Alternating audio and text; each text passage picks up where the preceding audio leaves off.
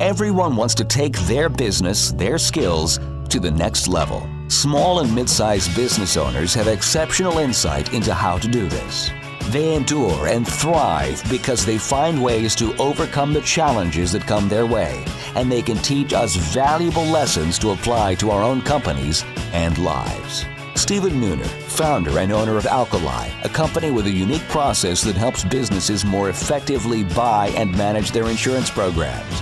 And Bob Gibbons, builder of Riata Commercial Realty, a real estate advisor and tenant advocate, are two prominent Metroplex businessmen who, along with their weekly guests, will ask their and your probing questions, finding impactful solutions that will help you reach for the next level. Here are your hosts, Stephen Nooner and Bob Gibbons. Welcome to The Next Level. This is your host, Bob Gibbons, today, and I'm running solo. Our friend Stephen Nooner is out today, but he will be back with us next week with another great guest. Our guest this week is Bill Brice. I'm excited about this conversation because Bill is a very interesting serial entrepreneur. In the past, he has been the founder of I Can't Believe It's Yogurt back in the 70s, 80s, and 90s. And instead of going for something that would just be a logical next step in the food business, he decides to go tech on us. So he's now the CEO and founder of AlphaTrust Corporation. Their mission is to eliminate every need to process paperwork on paper. So we got to talk about that. I'd love to, well, we'll get to that later. They do business with names you may have never heard of, like AT&T, Pfizer, New York Life, the Federal Aviation Administration, and dozens and hundreds of others. They've been around since 1998. They're based in the Dallas-Fort Worth area. Welcome, Bill. Glad you're here. Thank you, Bob. I'm happy to be here. So we always like to start off with wisdom of others, and today our wisdom is going to come from Aristotle. Yeah, no pressure here. Sounds good. Not that I'm going to fit into this category, but he said, I can't even talk. See, I'm already intimidated. We are what we repeatedly do. Excellence then is not an act, but a habit. And there's another guy, F.M. Alexander, that said something similar. I actually like the way he said it better. He says, people do not decide their futures. They decide their habits, and their habits decide their futures. Well, there's certainly some truth to that because, habits lead to things you need to do, and things you need to do regularly and persistently lead to success. Yes. So what are your morning habits? What do you do in the morning that is just automatic almost? You don't even have to think about it to get started. Well, it's pretty straightforward. Popping out of bed, we have a grandbaby. We take care of. My wife takes care of in the mornings, and so we're greeting him about 6:45 every morning. So wow. We're just popping right out of bed and getting going with the morning routine with him. No kidding. Yeah, our oldest daughter teaches school, so she has to get up to Plano, where she's an elementary school teacher. Very cool. So we get going there, and we get him entertained for the first hour or so, and then hit the shower and out to office. And fortunately, my office is only about 5 or 10 minutes from home, so it's pretty easy. That is nice. I actually office from home, so it's even easier for me. Although I get up and work out and that kind of thing, and then I have some early morning meetings like yesterday, today, and tomorrow, 7:30 a.m. meetings, and not close to home. So I have to drive quite a ways to get to those. But I think routines are interesting because in business, there are certain routines. Do you have any particular routines or habits in business that you find yourself doing? Well, our work is fairly much in office. We're a software company, so being in tech, we pretty much engage with over technology. We actually don't end up doing a great deal of in-person travel and meet and greet with customers. In fact, I only have one customer in the Dallas-Fort Worth area. Wow. Yeah, most of them are elsewhere in the country or in Europe. So it just worked out that way, not just by happenstance. Wasn't intentional. Yeah. So we're on the phone or doing video conferences or certainly a lot of email and lots of email. Yeah. Well, everybody, that's the bane of most people's existence, and yet Yes. it's a necessary thing. That meetings and project planning and monitoring, so you have your daily routines and you have your weekly and your monthly routines, but it's just all about trying to create a stable rhythm in business, which is something we focus on a lot. We don't like to have, hair on fire, going wild kinds of activity. Yeah, well, that's probably best. I know sometimes those fires are created by somebody else. Yes, you have to respond, but You have to respond, but what's interesting to me is that so many people respond in the way that they're being demanded to respond instead of the way that, I mean, for example, if a client calls me with a crisis, well, is that my crisis or is that the client's crisis? Now, sometimes the client's crisis becomes mine because, if it is in my wheelhouse that I'm supposed to be responding to, then that's an issue. But, I do find that sometimes I've got to step back and say, hang on a second, this doesn't fit into my priorities for some reason. Sure. Well, I mean, that happens regularly. I mean, we're a software company, and so someone has an issue with their software. So we have to go examine it, and actually many times it's some other issue, something going on in their network or something going on with the way they did something that wasn't quite right. But it's really upon us to kind of help them out. I mean, if we were Oracle or some giant company in the software business, you could just say, not my problem. But when you're a smaller company, particularly working for larger companies, they look for you to provide that little extra edge of help. Yeah. To be responsive, to help them out, even though, and they appreciate when you can point out that, well, they did something, they'll pick it up from there. Right. But, they really need to figure out something quickly, and if you help them do it, even though it didn't turn out to be your issue, they appreciate that. Yeah. Well, so let's step back in time a bit. So you were at I Can't Believe It's Yogurt. Am I saying that right? That is right. Yeah. Okay. So I Can't Believe It's Yogurt. Back in college. Gave you guys a lot of business. I love that place. I was devastated when I didn't see it as much anymore. But how do you go from the yogurt business to software? Well, I think in my case, I really fell in love with software when I was in high school. I got exposed to it. And this is dating me a bit, but this is back in the early to mid 70s. And at that time, this is before the first personal computers, certainly before the first Apple. Right. So all you really actually had were mainframe computers, that you couldn't even see. And you had these little terminals or teletypes in some cases. And I happened to stumble across, I think it was 10th or 11th grade at Hillcrest High School. There was this teletype in the back room of the science classroom. A little alcove in the back. It was just clattering away. I said, "What's that?" Oh, and there were some kids were back there were playing a Star Trek game on the teletype. It was like clacky, clacky, clack, printing out stuff on the computer. Okay. Paper and using up reams of paper, just spitting out all this stuff. And it was all just text. There was no graphics in those days. So I thought that was pretty cool. So I kind of began to become self-taught in software when I was in high school and continued that on through college.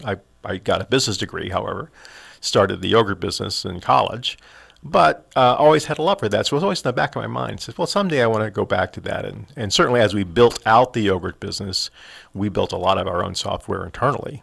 Wait a minute, software for yogurt business? Yeah. What kind of software did you need for yogurt? Well, manufacturing for one. Oh. We actually built our own dairy. We started producing the product.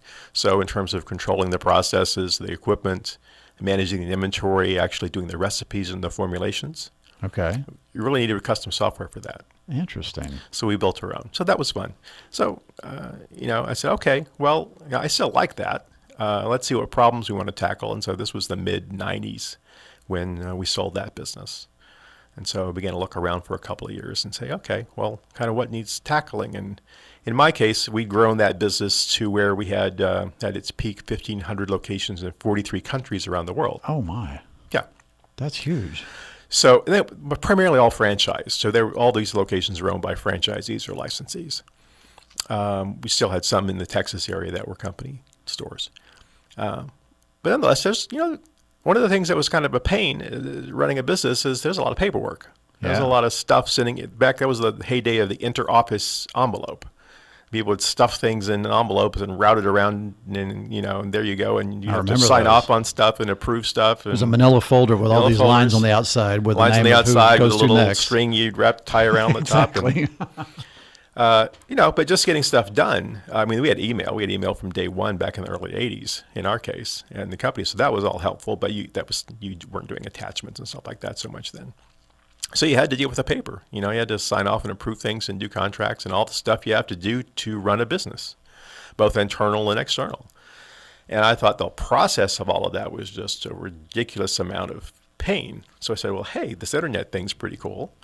all this technology is coming along. It seems to me that we're starting to be able to make PDFs of documents and scan things in, and we ought to be able to figure out a way to keep all this stuff electronic. So can't we just do the paperwork electronically? And the biggest barrier at that time was, okay, how are you going to sign it? Right. Okay. Well, great. You can create it. You had Microsoft Word at that time. Most people used Word. You type up your stuff, or create some forms, but then you ended up printing them out. Or even if you turned them into a PDF and emailed them, you still had to print it and sign it or fill it out, and then we had to find a scanner or something, and that was harder back in those days than it is now. So it's a cumbersome process just to move stuff around, particularly if you're moving from digital to paper to digital again. Absolutely. So we said, well, let's see, what can we do to kill that off? What can we do to help people just make that really be a totally electronic, smooth process? And so that's the basis of this company. Interesting. It helps larger companies primarily do that. And were there other people having the same idea at the same time, or were you sort of? Sure, there were some, and that was back in the .com days. So okay. A good many of them, there was only maybe maybe two companies I can think of that still exist that were also there in those days trying to do similar things. But there was dozens of others that flamed out. We came close. Well, so you came close to flaming out? Yes, when the .com thing melted down. So was it because so many of your customers were the .com companies? Exactly. Because yes. they were willing to adopt a new technology? Yeah. So all of our customers in the late 90s, early 2000s were themselves .com companies because we basically gave them that technology to do electronic signature. But this was before even the laws allowed it. But we provided a way to technically do it so that they could then build it into their products. Okay. So those companies were building things like, you've probably heard of Ariba. Yeah. Yeah, and back then there was a bunch of Ariba-like companies who were trying to create these things called B2B hubs. And the idea was you're going to have some sort of a commerce exchange where everybody could come together and exchange documents and do contracts and do invoices and purchase orders and stuff like that. Well, Ariba kind of does that today in the B2B world. If probably good many of the listeners use that platform, and it kind of matured into what it is today, but it got its start back then. So we had a lot of customers who were in that kind of business, and we supplied the technology. But all of our customers by 2002 had gone out of business, flamed out. Every one of them. Yeah, every one of them. Wow. And so essentially our business went to zero. So at that point, over about a year's time. And I remember that time because I had a lot of .com clients that were tenants in office buildings. Mm-hmm. That at that time, that was my job. I was a landlord guy for office buildings, and we saw these people come in and they would just blow up. I mean, they would go from basically no employees to 300 employees in 6 months, and they would go from no square footage to like 100,000 square feet in an office building in short order. Mm-hmm. But then the same thing happened in the reverse. They actually gave back that square footage faster than they took it. Yes, exactly. At one point, sadly. Yeah. But so when you were in that .com time frame, you were really focused on those kinds of companies because they were going to be using your product as part of their product. Is that exactly. Right? Okay. Yeah, so we were essentially a supplier to something they were building. Okay. We had a specialized technology that they needed to be a part of their bigger thing. And when you say the laws weren't written yet to allow this, mm-hmm. why were they then using this if there wasn't a law to allow it?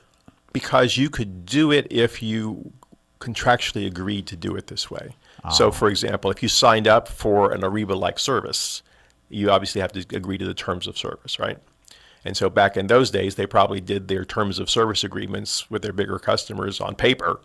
But inside those agreements, it would say, we agree to conduct business electronically and sign documents electronically as part of our relationship. If you could certainly do it if you had a contractual agreement between yourselves to do it. I mean, that's why people even long before, they were doing this thing called EDI, electronic data interchange, where they would send purchase orders and invoices totally electronically. And they did that because you signed up to be part of the EDI network. And therefore, you had a contractual basis for exchanging these things and having them be binding. Okay. All right. So even though it was your signature wasn't legally binding electronically, automatically, it was if you agreed to be Yes. bound by those rules. Yeah, if you agreed to Okay. participate in sort of a trading party network, you could agree what the rules of the road were, and that Okay. would serve to bind you. Because what everybody wants in a signed document, unless it's a formality required by a government reason, Okay. is if you need to dispute it someday, you need to have it be valid. You need to be enforce whatever it says, right? That's Okay. in business anyway. That's the principal need for that. Right. Yeah. So when you were starting this company, was it just you? Did you have other partners? Yeah, well, I started it up from scratch, and in the dot-com days we raised some angel capital, but obviously by the time we'd gone through our customers went to zero, we'd spent all that money. How much? We had employees, and we raised about $3 million at the time. Wow, Yeah. $3 million at that time. That's huge. Yeah. Well, we're going to take a break. When we come back, we're going to talk about what happens when the dot-com died and your revenues went to zero, and how do you recover from that? We'll be right back. And now, Confessions of a Recovering Landlord. This is Bob Gibbons with Riata Commercial Realty, and I am your recovering landlord. After 20 years as a landlord, I now use that experience only for the benefit of companies that lease or buy office buildings and warehouses. Today's confession: knowledge is power. We all negotiate from a position of power and strength, or at least we want to. In any negotiation, the party with the most knowledge probably has the upper hand. And landlords count on this being the case whenever you're negotiating a lease, because most landlords are professional real estate investors and they hire professional leasing agents and property managers. Landlords are in the market every day negotiating leases, while tenants probably only negotiate one, maybe two leases every few years. So tenants feel outgunned.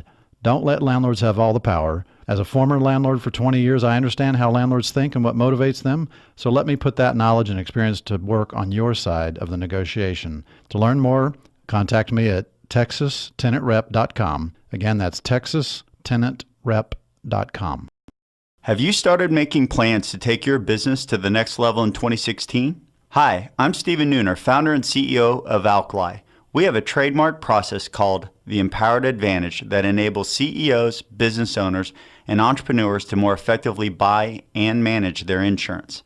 Before sitting down to make your plans for the new year, here are just a few things to consider. Would you say that you have an actual insurance strategy, one that you can articulate, or have you just purchased a policy here and there over the years? If you have an insurance strategy, was it discussed under the pressure of a renewal deadline or considered earlier in the year to avoid fire drill decision making? If your answer was no to either of these questions, then you may not have the right partner on your team. Visit alkaliservices.com to contact us and take the next step to a bigger and better future. Hi, this is Clint Strong, CEO and founder of ConnectTrack. We make flexible solutions for cable management in commercial buildings of all kinds. I wish there was a more flexible way to deal with these guys, Bob and Steven. Welcome back to The Next Level, conversations that propel business. We are here with our guest, Bill Brice with AlphaTrust Corporation, and I failed to give you his website earlier, which is AlphaTrust.com, so you can find out more about the company then. And before the break, we were talking about how Bill's business had pretty much gone to zero. Revenue had gone to zero in the dot-com bust, which the dot-com bust occurred in 2000 to 2002, really 2001, 2002, yeah. So all your customers were those dot-commers, and they all went to nothing. Yes. So your business went to nothing. Exactly. So what do you do when you have no revenue? Well, it was obviously a terribly hard time. We had to decide, should we just shut it down or continue on? And I literally had to lay off all the employees. And how many did you have slowly, at that but point? It was probably 8 or 10 at that time. Wow. But yes. That's hard. Mm-hmm. And so you lay them all off, and then it's just you, or you and your partner? Yes. It was just myself actually for a couple of years in there, literally building it back from scratch, doing everything. So how did you change your strategy as a result of that? Well, one thing that happened at the same time in 2001 was that there was a new federal law passed, which was called the e-Sign Act. And that is actually the basis that said in law, it's fine to do an electronic signature. It can be the same as if you ink signed paper. So the fact that that was blessed in legislation was very helpful. It's just the economy was not very helpful at the same time. Yeah. So with that act having been signed, does that open up a whole new market for you? Yes. So it opens up. You didn't have to stay bound within a contractual framework. You could give people tools to do that themselves, to use it as they wish. So we took some of our old technology that really didn't work in this new way of thinking and built some new products. So obviously it took some time to build these products, and use some contract help to help do that, and did some of it myself. And built out essentially a web-based application to be able to sign documents. And now these are kind of common these days, but that was early on. And so we started building those, and the first one I remember we sold in the end of 2001 was to an insurance company who needed to do, I think, insurance applications online through their website. So we created a way for people to sign up for insurance through that company's website and properly electronically sign those documents. And they had an application that they could put in their files and use later if they needed to. I mean, that makes business so much more efficient. Yeah. I'm always amazed at how many times people don't do that. I'm in the commercial real estate business. I represent companies that lease office buildings, warehouses, or want to buy them. I'm amazed at how many landlords still refuse electronic signatures. They still want print out 4 copies, sign all 4 copies in blue ink. It's like, why? It's no more legal. This is human nature. So where we are fast forwarding now to 2017, even though we've grown, our industry has grown, we estimate that there's at least 95% of business processes like that have yet to change, that have yet to move. 95%. So, yeah. So even though what has been done, it's been the early adopters, people willing to do that. Or people just seeing the cost savings in that, or the value for their customers, making it easier for them. So it's easier to do business with you if you make your processes easier, right? That makes perfect sense. Right. But the real estate industry is actually one that's kind of been slow. And well, the residential agents are way ahead of the commercial. The residential agents are, yes, doing a lot with the initial contracting and offering. But once it starts to head towards closing, it starts to bog down. There's very few companies that have actually got full mortgage closing electronically. Yeah, that's true. You got to sign your life away. No, I just did a refinance through Chase, and they kept sending me giant stacks of things via FedEx to fill out inside. That must have driven you crazy, given the business you're in. I'd love to see your face when that FedEx guy showed up again. Yeah. That's fine. All right. All right. So, who is your ideal client? Because on the break, I told you that I see a lot of electronic signature opportunities. Sure. And I usually see the name DocuSign. Yep. So how are you different from DocuSign, and how is your customer different? Sure. So DocuSign was a Silicon Valley-based company that actually started in Seattle, I believe. But they decided to go try to be one of these unicorn companies. And they went out and they've raised over $500 million and hired tons of employees and spent lots of money and spent that money trying to build out and, quote, own the market. That's fine. They essentially built a web-based application that we think of it as a retail side of the business. Or it's you could go there as a consumer, you could go there as a small business person, and if you send a few contracts out a month, or you're a salesperson, you can upload your document and drag where the signature goes on the screen, and then type in your email address who it goes to, and it'll go. We call that ad hoc processes. Just you have a random document, you just need to get the signature on it quickly, and you send it out. That's very helpful. It's useful, and that's kind of and we like them because they sort of plowed the earth and made a lot of people familiar with electronic signature. Gotcha. We're at the complete opposite end of the market. We go after very highly defined business processes, which are usually high volume. So like at insurance companies or at banks, or General Motors is one of our large customers. They do a lot of contractual documents with their dealers regularly. But those are all really well-defined documents, processes. They have to do high volumes of them. They have to be done the same way. Mm-hmm. And our stuff is really well geared for that because it can talk to their other systems, get the data from those systems, create these documents, route them around to the people who have to see them. So a package of, like, to do a life insurance policy, you might have 4, 5, 6 different documents that you have to deal with and fill out. Some get signed by some just get reviewed by some. Not everybody sees the same thing, but they're all part of one overall package. Well, same thing in real estate, really. Mm-hmm. So our system will orchestrate all that stuff and make it straightforward. Now, I've been told that if I sign a document and scan it and email that to somebody, that is equally as legal as a physical original or an electronic signature. Is that Sure. true? Do you know? Yeah, that's true. I mean, Okay. before we had any of this, back in probably the late 80s, well, when we made fax machines, I mean, people started faxing, their contracts, right? They'd sign them and they'd fax them instead of emailing them. And that's been held up in court to be perfectly valid. There's no law that allows that, but the courts have said, yes, it's fine. So what's your biggest challenge? The biggest challenge for us is really two things. One is, as we said, we're only 5% into the market. So people who are interested in doing this are still coming at it very, what we would call opportunistically. There's no necessarily regular defined areas of the market where there's a lot of interest and activity. So we kind of have to scan across lots of different industries to try to find who's in the market at a particular given point of time. So our sales and marketing processes are still kind of opportunistic. Ideally, what you want to grow and scale a business is to have, obviously, very well-defined use cases and very well-defined problems that you can solve for your customers, and a lot of them working for them. So you basically need to be top of mind when somebody needs you, but Yep. when you have no idea who's going to be the next hot segment that's going to need it, Exactly. that's kind of hard to figure out. There's the challenge, and part of it's just waiting for the market to mature. Okay. So you're kind of scattershotting. That's not even a word, but Yes. you do a scattershot of marketing, I guess, to Yeah. have that awareness. But But to a large degree, we're still responding to inbound. So we want to be present when somebody Okay. goes searching, but we're not out trying to evangelize on our own. okay, yeah, evangelize. I like that term. I need to start evangelizing The tech more. industry talks about that term a lot. So if you had one thing to change again, let's say post .com bust, one thing to change again about your business that you would do differently to, scale it better or faster or whatever, reduce some of your challenges, anything come to mind? Well, I sometimes wonder, what if I'd gone back into the market after we had some initial success after the .com and tried to, raise money and do the venture capital thing. But what is also true is I've seen every other company that did that is now on their fourth or fifth CEO.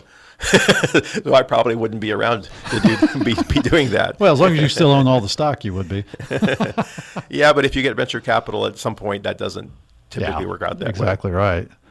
So what do you have to do to personally stay on track? Just be disciplined. I mean, it's a long journey. You just have to be focused and regular and be persistent and go at it every day. Some people have described it like getting up every day and chipping away at you're digging a big tunnel and you got to chip away at the granite every day. Yeah. And it just is like that. Well, keep chipping. Thanks so much for being our guest today. Really appreciate it. For our listeners, please go to AlphaTrust.com to learn more about Bill Brice and his company and how you can be involved in streamlining your company's paperwork nightmare. Please go to nextlevelshow.com to learn more about the show, to see everybody we've had in the past. And you can read about or watch Bill, I can't even talk again, Brian Wendler, National Business Evaluation. If you want to know what you need to do to be able to get your business ready to sell, Brian Wendler is the man you need to listen to. And we'll be back next week with a great guest. And please go to iTunes and search The Next Level Show. Start podcasting us and leave us a review. Thanks so much.